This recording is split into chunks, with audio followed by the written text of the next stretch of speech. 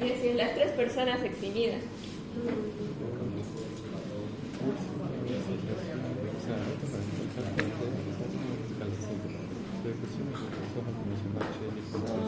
Juliana Mer García, Jenny Montaño y Jimena Solar.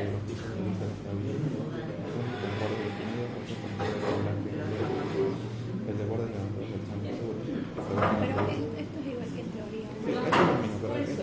Esto es lo que uno puede decir es que mira, es porque hay un aumento de pH, ¿no? Y esto va a ser lo que es gracias a la granadinela y esa es lógica. Si la lactobacilos no es normal, que este mantiene el pH. Entonces, ¿qué pasa cuando hay una paciente bacteriana? Durante el ciclo cardíaco que se divide en sístole y diástole, la sístole es el proceso de contracción, ¿no ves?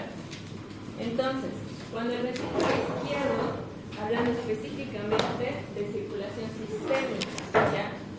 Porque saben que la circulación se divide en dos, ¿no ves? Circulación sistémica y circulación pulmonar, porque tenemos una arteria que se va a dirigir hacia todo el tejido, la arteria aorta y después la arteria pulmonar, ¿ya? Entonces se divide en dos circulaciones. Cuando el ventrículo izquierdo expulsa la sangre, es decir, impulsa de manera mecánica la sangre que contiene durante la sístole, va a producir un aumento rápido de la presión, ¿ya? Porque si se acuerdan, en el ciclo cardíaco, ¿qué tiene que ocurrir para que este ventrículo se contraiga? Obviamente despolarización, pero mecánicamente tiene que haber un aumento de presión. Y les dije cuando les expliqué todo esto que la presión del ventrículo tiene que sobrepasar los 80 milímetros de mercurio. Cuando sobrepasa los 80 milímetros de mercurio es donde se abre la válvula aórtica, ¿no? La válvula aórtica para que se expulse la sangre a través de la aorta. Entonces, se impulsa la sangre y va a producir este aumento de presión rápida porque estamos hablando de que aumenta una cantidad de sangre grande.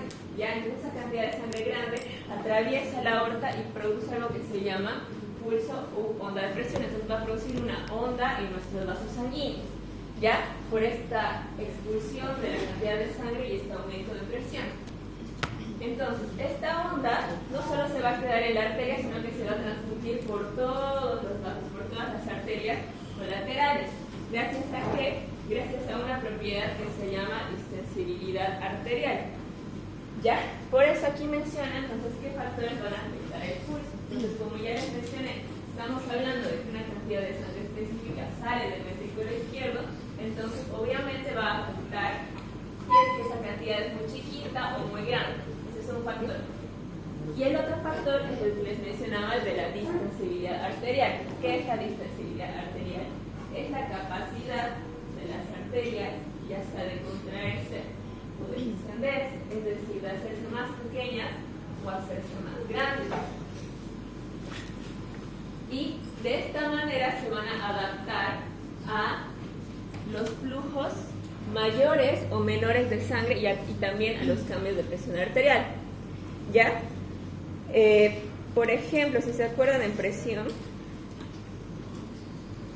yo les dije que el flujo, digamos, de una arteria, esta es una arteria, era la cantidad de sangre que pasaba desde un punto A hasta un punto B en un tiempo determinado.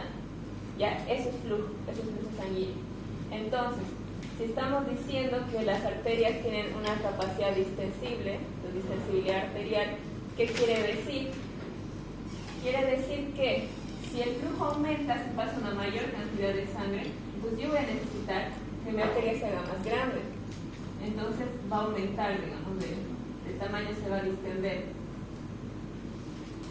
Y si está pasando menos cantidad de sangre que antes, va a tener la capacidad de contraerse, entonces va a significar que disminuye el tamaño de su diámetro, entonces va a disminuir y se va a hacer más chiquita.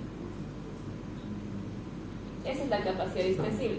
Ahora, yo igual les mencionaba en la clase de presión arterial que las arterias no tienen tanta capacidad distensible, las que tienen mayormente son las venas, y las venas se pueden utilizar también como reservorio, ¿ya? Tienen mucha capacidad distensible y pueden reservar algunas hasta grandes cantidades de sangre. Ahora, cuando tomamos el pulso ahorita en la práctica, hay ciertas recomendaciones de cómo hacerlo. Ya, cuando ustedes palpen el pulso, van a palpar como una onda. ¿Qué significa que van a palpar como si fuera una onda? Que van a notar que hay una fase ascendente, basta, digamos, como que en su dedo algo los va a golpear y luego va a bajar, y una fase descendente. Entonces hay una fase ascendente y descendente, como si fuera una onda.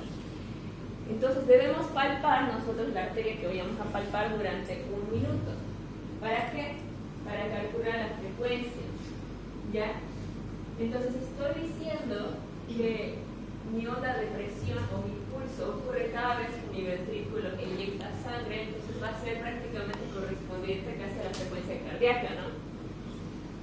Eso es importante. Después, otra recomendación es que debemos palpar el pulso de forma simétrica. ¿Qué quiere decir? Que vamos a palpar, digamos, primero mi pulso derecho, luego mi pulso izquierdo, de todas las arterias, de la radial, de la humeral, de la carótida. Entonces, porque tenemos arterias, tenemos dos arterias, ¿no? Entonces, ¿qué pasa si solo palpamos la derecha y la izquierda es la que tiene la patología o viceversa? Entonces, por eso es importante también. Y por ahí, yo que sé, hay muchas patologías que se les pueden ocurrir. Por ejemplo, hay alguna obstrucción, hay algún trombo, algún coágulo en algún lado, entonces eso tenemos que identificar también.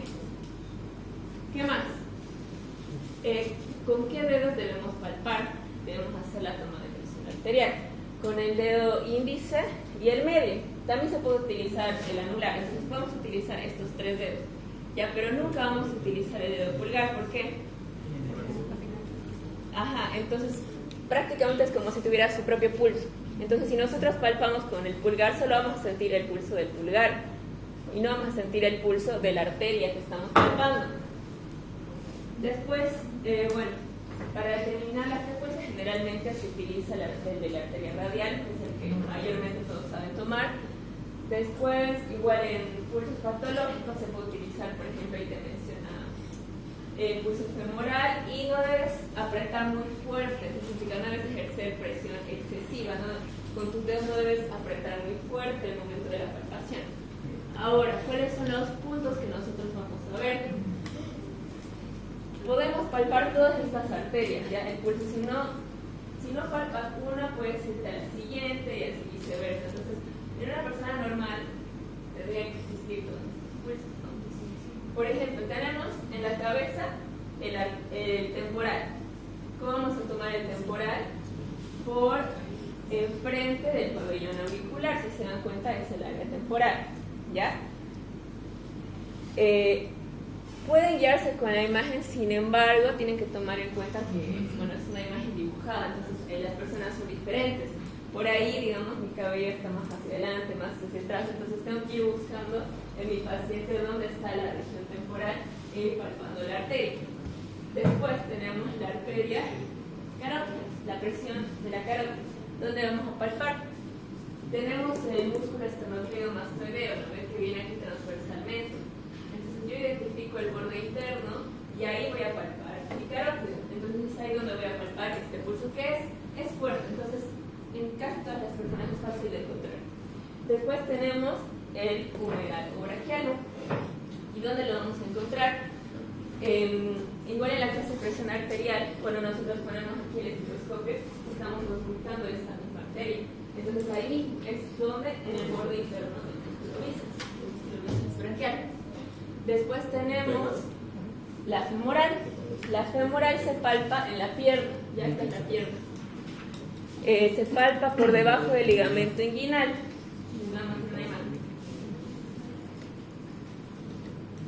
Ese es el triángulo de Scarpa que según lo vieron en anatomía, ¿no? Entonces, ¿cómo está formado? Está formado por el ligamento inguinal, por el músculo sartorio y el músculo aductor largo. Y ahí en medio están viendo que hay una vena y una arteria, aquí también hay un nervio. Esa es la arteria femoral. Entonces yo por debajo del ligamento inguinal voy a palpar la arteria femoral y ahí es donde tengo que palpar el pulso. Después tenemos al pulso pulso pedia, arteria pedia o dorsal del pie. Ya, eso lo vamos a palpar en el pie. Entre el primer y el segundo dedo aproximadamente, es uno de los, creo que es más complicadito de encontrar. ¿Ya? Después tenemos la axilar.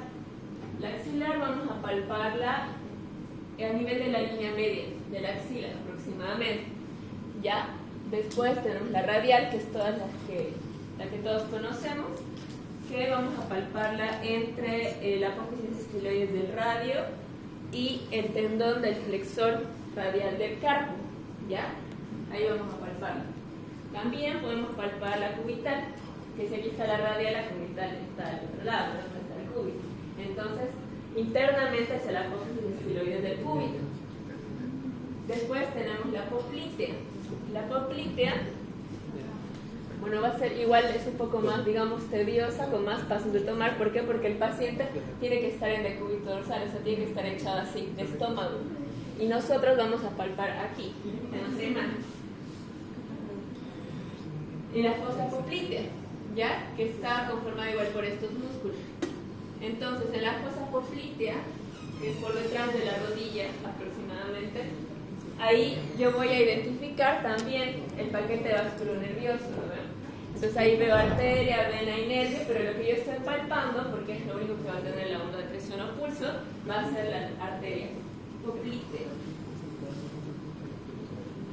Después, y finalmente tenemos el pulso tibial posterior, que lo voy a palpar detrás del malleolo interno. ¿Ya? Eso no se tiene que equivocar porque por ahí lo palpan en el malleolo externo. Entonces primero identifico cuál es el malleolo interno del paciente y voy a palpar por ahí, por detrás. Ahí se va a encontrar la arteria tibial posterior. Entonces, si se dan cuenta, estamos hablando de arterias porque son las que tienen el pulso. Aquí también tenemos otra imagen, que es la que igual se encuentra en su guía práctica, los que leyeron. En la guía práctica menciona la radial, carotídeo, meralobraquial, femoral completa, tibial posterior y temporal. ¿Ya? Vamos a tomar hoy las que mejor nos sea posible. Tal vez la pedia no podamos tomarla. La femoral tampoco. La tibial posterior yo creo que sí. Y las demás sí. La axilar tal vez en personas que no deseen, tal vez no. Pero las demás sí. ¿Cómo voy a interpretar mi pulso? Ya, esto de manera estricta no les voy a pedir. Tal vez la frecuencia puede ser. Y el ritmo. Pero esto tiene que identificar para saber si mi pulso se encuentra de manera fisiológica en mi paciente, si mi paciente está normal. Entonces, debo identificar la frecuencia, que quiere decir voy a contar, ¿no ves? Voy a contar cuántas veces estoy percibiendo mi onda de pulso durante un minuto. Entonces cuento, aproximadamente lo normal es de 60 a 85 por minuto. También, ¿qué puedo hacer? En vez de contar por un minuto, podría contar por 30 segundos y lo multiplico por 2. Digamos, en 30 segundos palpé 30 veces mi pulso y lo multiplico por 2, entonces voy a decir que son 60 veces por minuto. ¿Ya? Y también lo podría hacer en 15 segundos. Y en 15 segundos lo multiplicaría por 4. ¿Ya? Entonces digamos 15 por 4, 60, ¿no? Entonces, aparte durante 15 segundos, 15 pulsos, lo multiplico por 4 y me daría igual 60 por minuto. Después que identifico el ritmo. El ritmo es prácticamente la misma definición que igual en electro. ¿Qué significa?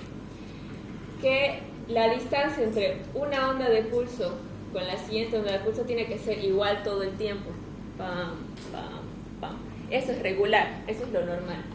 ¿Y cómo sería irregular? Que la distancia fuera muy diferente, que fuera diferente. Entonces sería pam, pam, pam, pam, pam, pam, pam, o algo así.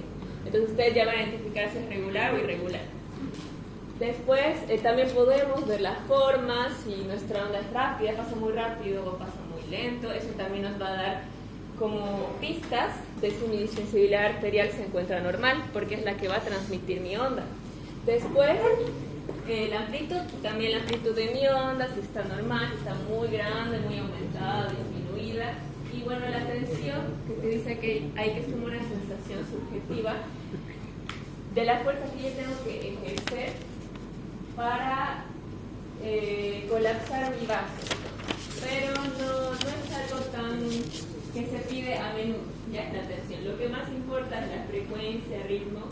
Y bueno, si quieren me podrían igual decir la forma y hasta la amplitud, pero lo más importante son los dos primeros. Ahora vamos a hacer, les voy a explicar la parte de ruidos cardíacos, pero así vamos a hacer las dos prácticas, ¿ya?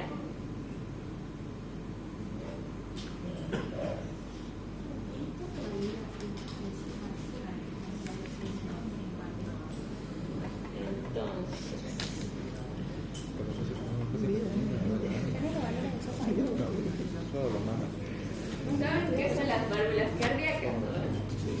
Las válvulas hemos estado viendo desde que ingresamos a medicina. En anatomía, vimos anatomía del corazón. En fisiología ahora estamos viendo para qué funcionan las válvulas. Ya tuvimos clases igual de ciclo cardíaco, entonces ya sabemos cuáles son sus funciones. Pero ahora vamos en la práctica fisiológica vamos a saber de una manera práctica cómo está funcionando cada válvula en el corazón de nuestro paciente o en nuestros mismos corazones. Ya, entonces, tenemos 4 válvulas, ¿no ven? Y estas válvulas van a tener, yo lo voy a dividir en 2 funciones. Ya, una que va a ser asegurar el flujo unidireccional. Ya sabemos que es flujo, ¿no ven? Que la sangre pase de un punto A a un punto B en un círculo determinado. Entonces, ¿qué significa unidireccional? Que tiene una sola dirección, ¿no ven? Entonces, aseguran que la sangre solo vaya hacia un lado. Listo. La segunda función es que impiden o evitan el flujo retrógrado de la sangre. Entonces, si yo estoy diciendo que es unidireccional, estoy diciendo que solo va, digamos, de arriba hacia abajo. ¿Y qué significa? Que van a impedir el flujo, entonces que el flujo no tiene que ir nunca de abajo hacia arriba, es el retrógrado, que vuelve hacia donde inicia. ¿No ven? Nunca tiene que pasar eso. ¿Y cómo van a cumplir esa función? ¿Cómo van a impedir que haya un retrógrado? Cerrando. Ya, esa es su función. Entonces, cuando se abren, pasa el flujo unidireccional, se cierran y evitan que vuelva hacia arriba. Este cierre de las válvulas va a producir un ruido audible. Entonces nosotros con nuestro estetoscopio podemos escuchar el momento en el que nuestras válvulas se cierran. ¿Ya?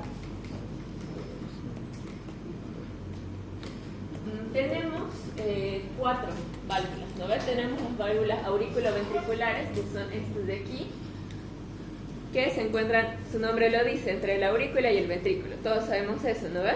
Y que son 2. La de la izquierda es la válvula mitral, que es la más importante ahorita, y la de la derecha es la válvula tricuspide. Tenemos las otras válvulas, que son las sigmoideas o semilunares, que se encuentran entre el ventrículo y la arteria correspondiente. Entonces tenemos, desde el ventrículo izquierdo sale la aorta, ¿no ves? Todos sabemos eso. Y la válvula que va a cumplir la función ahí es la válvula aórtica. Y desde el ventrículo derecho, que sale la arteria pulmonar, la válvula que se encuentra ahí es la válvula pulmonar. Ahí no hay donde perderse porque es el mismo nombre que mi arteria, ¿no ven? Entonces, ¿cuál sería mi función hablando de estas válvulas? Entonces, como ya les mencioné, las válvulas auriculoventriculares, estamos hablando de que hay un flujo unidireccional de la aurícula al ventrículo. Ahí estaba mi ejemplo, de arriba hacia abajo.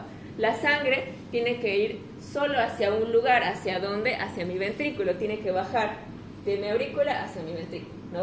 Listo. Pero ¿en qué parte del ciclo cardíaco es eso? ¿En la sístole o en la diástole?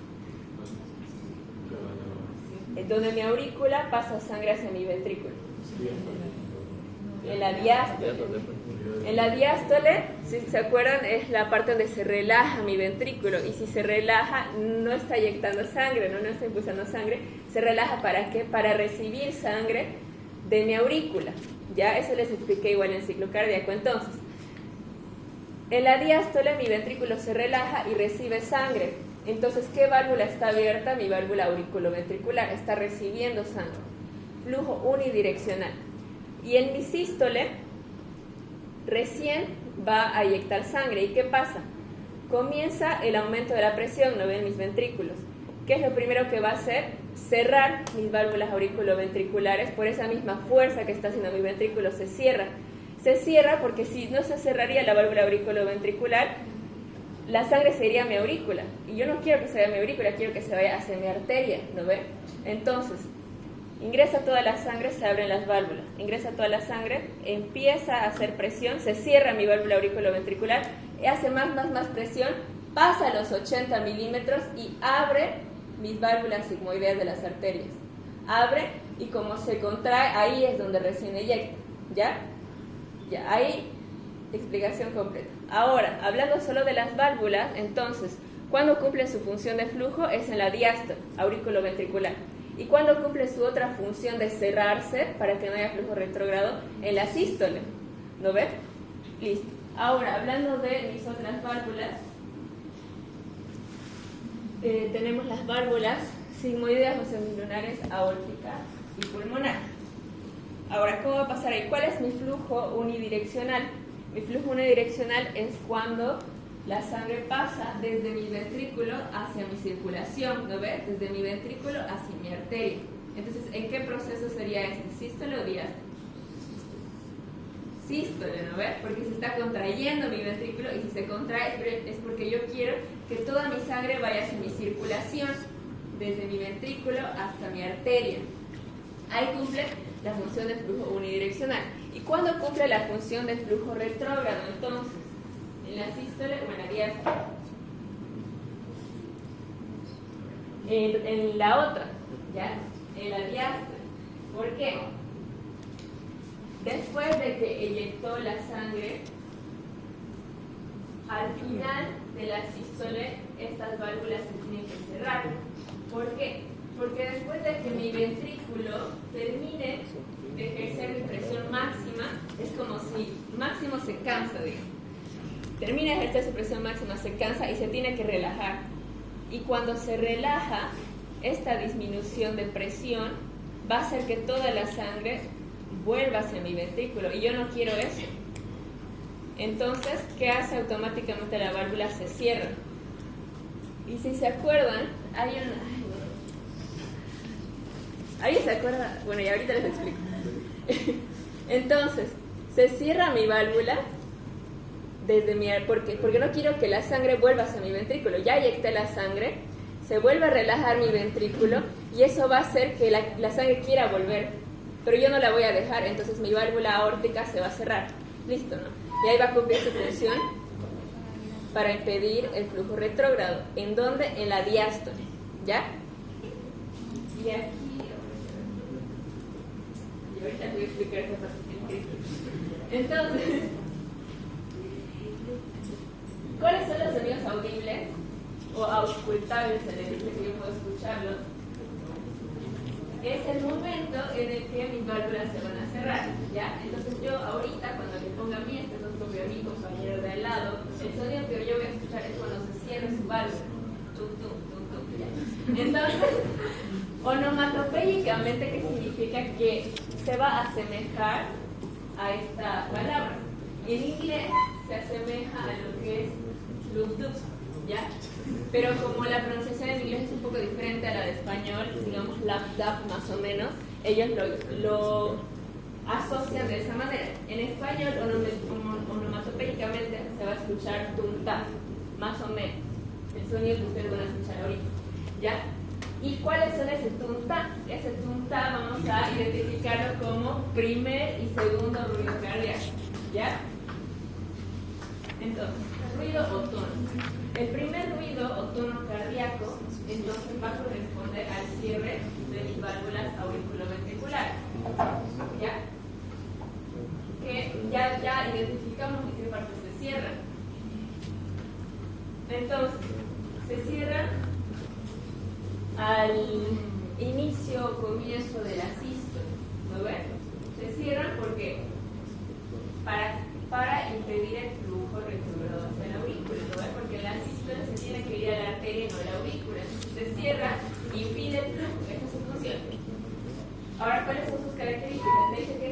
ruido va a ser un sonido vibrante, va a tener una baja frecuencia y va a tener una duración un poco mayor de 0,14 segundos. ¿Ya? Estas son las características de mi primer ruido. Después, ¿cuáles son las características de mi segundo ruido por tono cardíaco? Va a ser un ruido seco, la frecuencia va a ser alta, va a ser de menor duración, de 0,11 segundos, y va a corresponder a ¿qué? ¿Qué me está diciendo mi segundo ruido cardíaco? Me está diciendo que hay un cierre de las válvulas semilunares, aórtica y pulmonar. ¿Ya? Y eso cuando ocurre, eso va a ocurrir al final de la sístole. ¿Ya? Entonces, en mi diagrama de Wiggers, su mayor pesadilla, no me crean. Si estuvieron presentes de la clase virtual, yo les expliqué muy bien este diagrama. ¿Ya? Y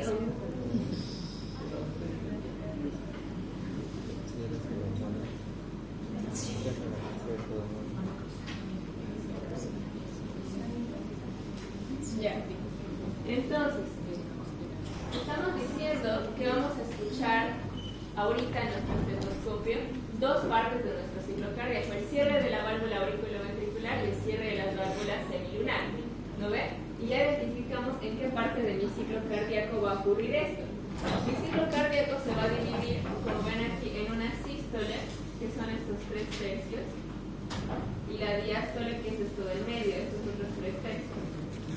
Entonces yo dije, ahorita les dije que mi válvula auriculoventricular, mi primer ruido cardíaco va a ser al comienzo de la sístole. Entonces, ¿dónde está la sístole?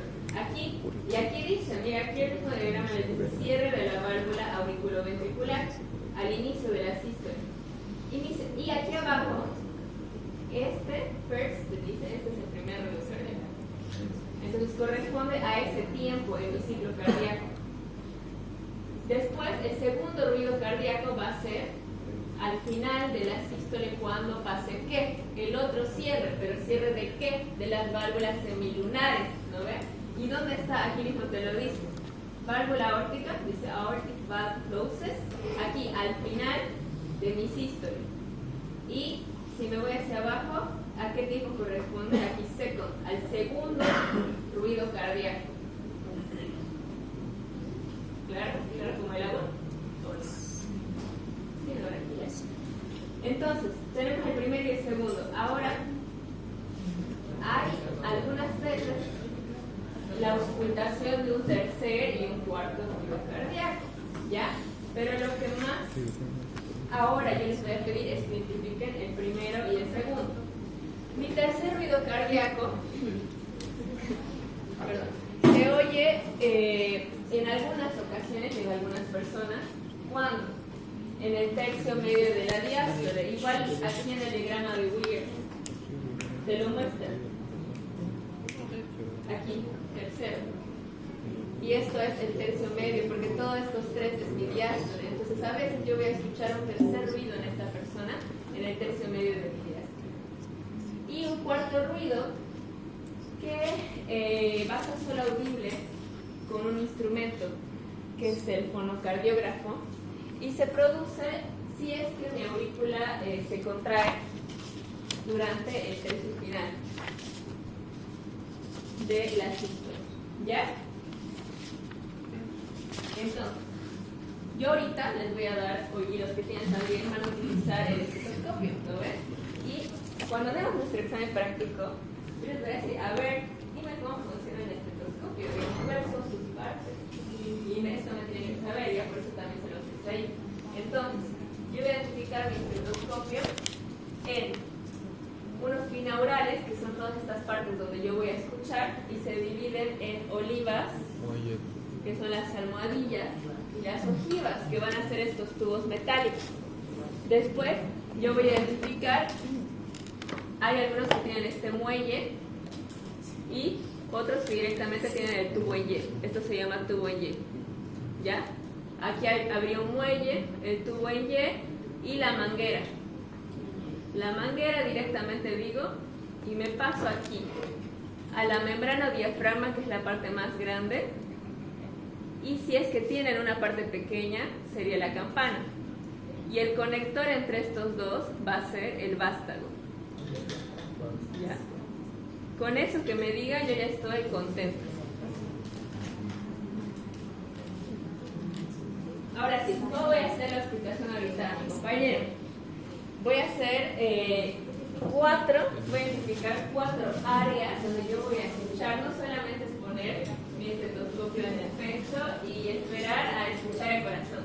No, yo tengo áreas específicas donde voy a escuchar. Y estas áreas, si se dan cuenta, corresponden a cada válvula. Entonces, estoy más o menos, silencio, estoy más o menos identificando en qué región anatómica de la persona se encuentra esta válvula y así yo puedo escuchar su cierre con mayor fuerza. ¿Ya? Tenemos entonces la área aórtica. ¿Dónde la voy a encontrar? En el segundo espacio intercostal derecho, línea paraesternal. Ya tenemos esa práctica de identificar el segundo espacio intercostal y la línea paraesternal entre el esternón, ¿no? Es lo que delimita el esternón. En este lado voy a identificar. Esa va a ser mi área aórtica.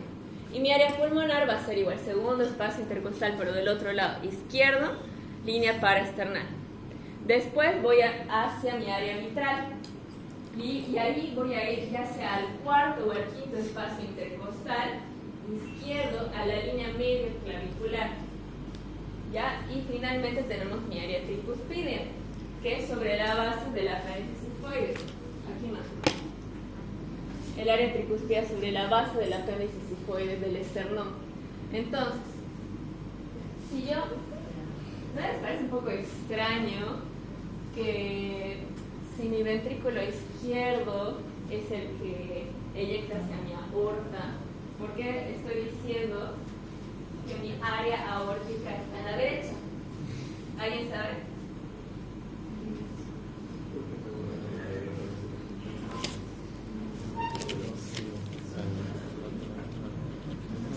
Porque si se fijan en esta imagen, desde mi ventrículo izquierdo sale mi aorta, pero hace como una curva, o sea, hace como que se dirige hacia la derecha y luego recién vuelve hacia la izquierda y baja completamente, ¿no ven? Y mi arteria pulmonar lo mismo, sale desde mi ventrículo derecho, pero se dirige, si se dan cuenta, hacia la izquierda. Entonces el azul está hacia la izquierda o a la derecha, digamos, la arteria está hacia la izquierda, esta es la izquierda. Y la parte roja está hacia mi derecha, y recién cuando vuelven a bifurcarse y bajar es cuando van a dirigirse hacia los otros lados. Ya es por eso que yo voy a escuchar en esa área específica. Listo, eso tiene que hacer. ¿Qué hora es? 9:20.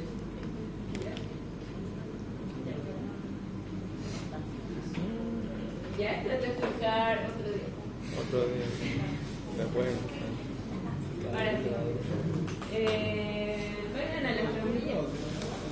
Dale a cambiar. ¿Ya? ¿Qué pulso yo puedo hacerlo ahorita, mi compañero? Puedo identificar el pulso temporal. Entonces, ¿dónde voy a identificar? En la región temporal, por delante de mi pabellón auricular.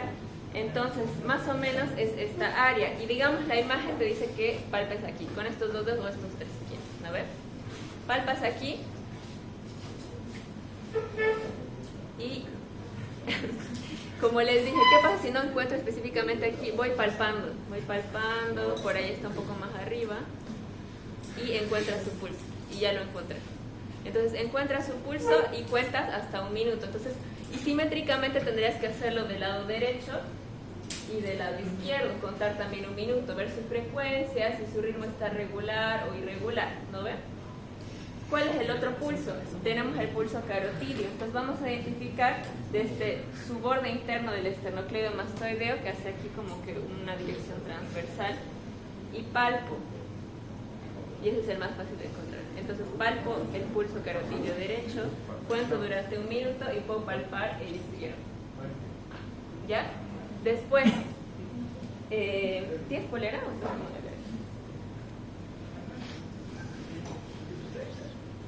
Entonces, voy identificando las áreas que ya les mencioné y voy a palpar estos lugares. Entonces, su compañero hacen parejas van a palpar el temporal, van a palpar el carotidio. El axilar depende del compañero si quiere o no.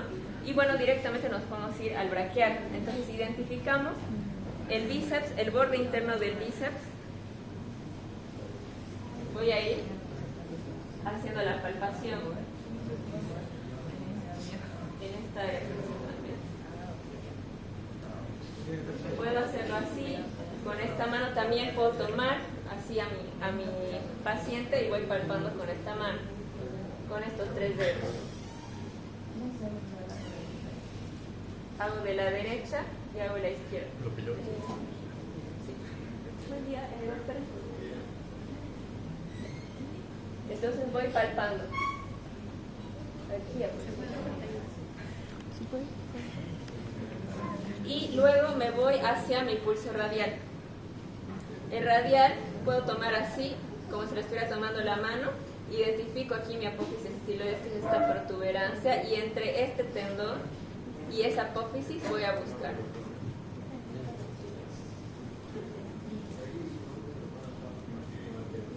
Entonces identifico mi pulso. Ese es el radial. El cubital va a ser al otro lado. Aquí está esa apófisis estiloides del cúbito. Aquí está la protuberancia y voy buscando en esta región. ¿Ya? Puedo igual utilizar los 3 dedos para acaparar mayor espacio. Es un poco más difícil el cubital que el radial, ¿ya? Ya está, ya. Y puedo hacer, para ganar tiempo puedo hacerlo de un lado, puedo ir haciendo de los 2 lados, depende de ustedes.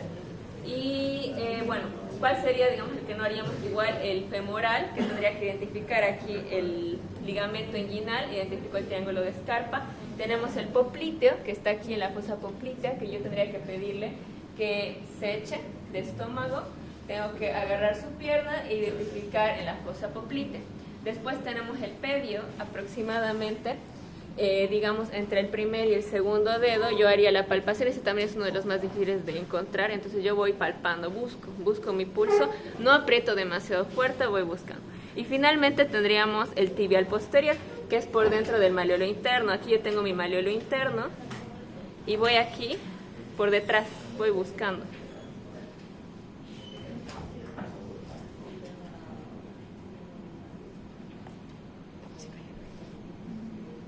Identifico y si es un ritmo regular, irregular, cuál es la frecuencia, cuento durante 1 minuto. Ya, gracias Elías. ¿Te puedes sentar en la camilla, por favor? Y mis arterias pequeñas de mis extremidades se contraen porque hace por el frío, y eso va a dificultar un poco que encuentres el pulso de una manera muy fuerte, ¿ya? Ahora, ¿te quisieras quitar la polera? Por favor. Paciente, ya. Entonces, vamos a hacer la auscultación de los tonos cardíacos. ¿Cómo yo tengo que utilizar mi estetoscopio? Estas cosas, los binaurales completos, tienen que mirar hacia afuera de mí, ¿ya? Porque mi conducto auditivo está siguiendo esa dirección. Entonces yo me lo voy a poner y bueno, ya saben cómo utilizarlo. Si es que yo voy a probar, voy a escuchar si es que se está escuchando de este lado, hago un pequeño toquecito y lo puedo cambiar también. Si solo tiene este lugar, entonces solo se utiliza la membrana, ¿ya? Esto se llama membrana o diafragma. Y voy a identificar entonces los lugares.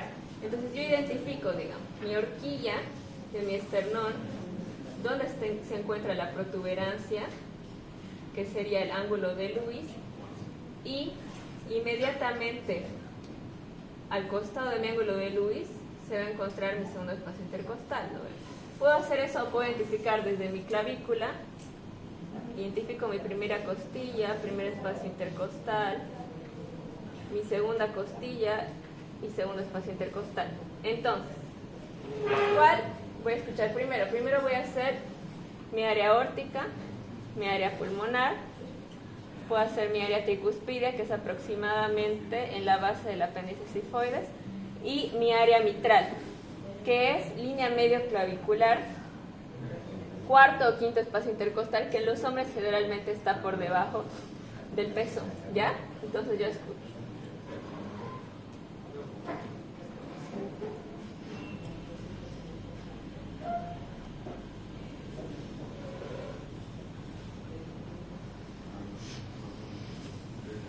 algo ahí y escuchen.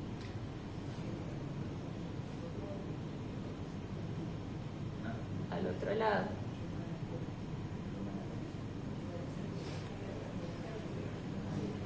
Base del apéndice cifoide.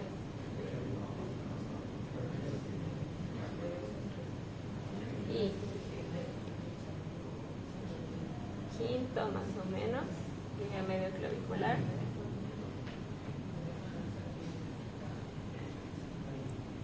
Listo. Eso tengo que hacer entonces en mi compañero. ¿Alguna duda? Pueden hacerlo, digamos, en su compañera pueden bajarle un poco la polera o hacerlo aquí por debajo. ¿Ya? Eso. Los que no tengan estetoscopio ven